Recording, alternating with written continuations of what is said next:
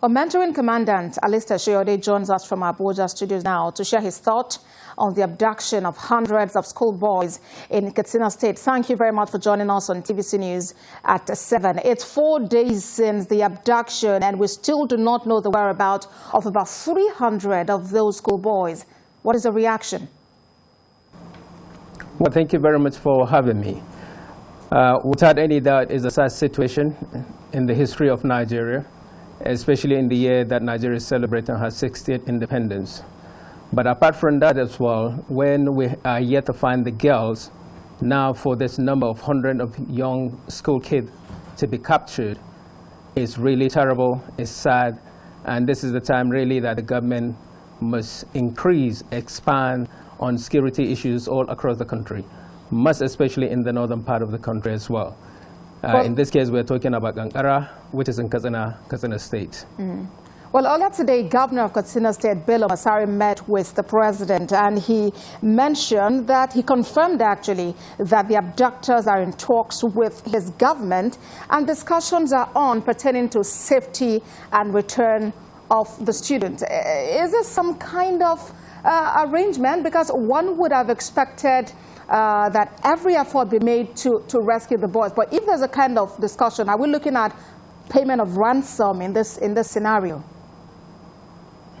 Well, really, the situation here is you will take it that the bandit somehow feels they are in authority, that they are the one driving the process.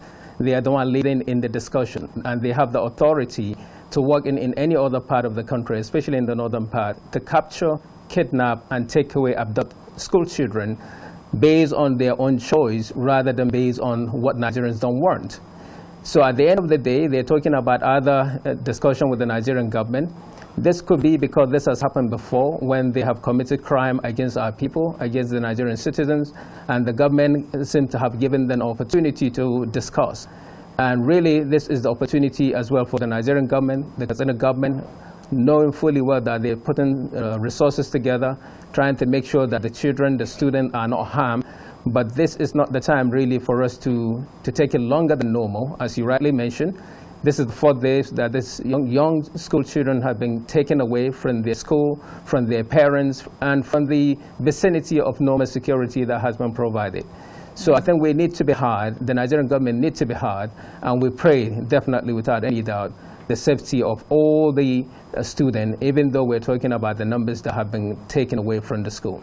Yeah. Well, the case of Chibok and Dapchi is very fresh in our memories. School children just picked up like that. Earlier today, parents of the abducted students were on the streets and they were protesting, and they believe that this abduction is some form of reprisal against an attack on the enclave of the bandits. What do you say?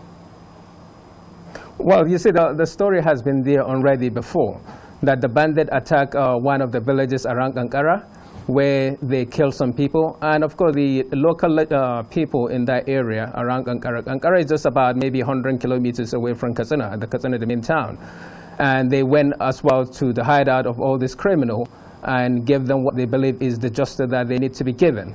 And so as we can see, one has to be serious about it to say, well, how many are this bandit that they have the capacity, the resources to abduct up to 300 school students in Nigeria? And again, Kankara is not towards the border of Nigeria and maybe neighboring ECOWAS countries.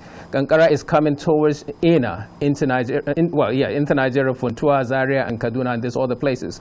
So I think as much as they're making all these requests, the Nigerian government has to show them that we, the Nigerian people, are driving the process. But the most important thing is the safety of each and every student, which we hope that officiating school, the education ministry, is able to give the accurate numbers of the students that have actually been abducted. How many children maybe have run away from the school that have gone back home? And so all this, the school, the ministry need to talk and call each of the parents of the student in the school, just to make sure maybe some of the students have not really gone home directly.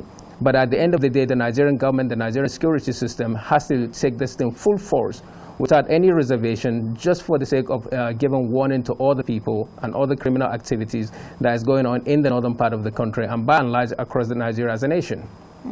Well, this development might just be a huge blow to efforts to reduce the number of out-of-school children. At the moment, Nigeria accounts for about 13 million of such children. Mentoring Commandant Alistair, thank you for joining us on TVC News at 7.